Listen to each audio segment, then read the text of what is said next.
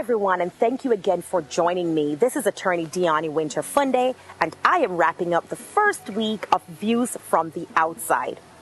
If you have not yet shared these videos, I encourage you to do so because this is really good information.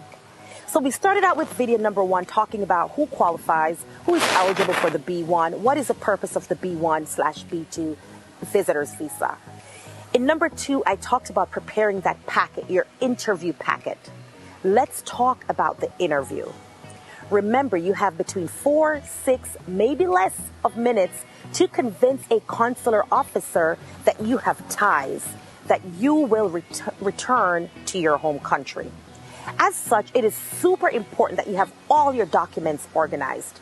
You should have the documents from your sponsor, whoever is inviting you to the United States, or if you're coming for medical treatment, you should have the documents that show the hospital that you'll be going to. If you're coming to Disney World, you should have proof of the hotel that you're staying, maybe your itinerary for travel. These are things that will help aid the interview process. I always recommend that you dress for an interview. Remember, you are impressing upon the officer that you, the individual, will return to your home country. In addition, you also want to have your civil documents, your birth certificate, your passport style photos.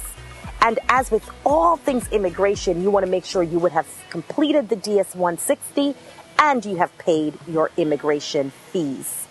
Remember, you can't get far with immigration without paying your filing fees. Typically, you'll show up for your interview. You will not be the only person that have the 9 a.m. appointment. I always encourage that you show up early.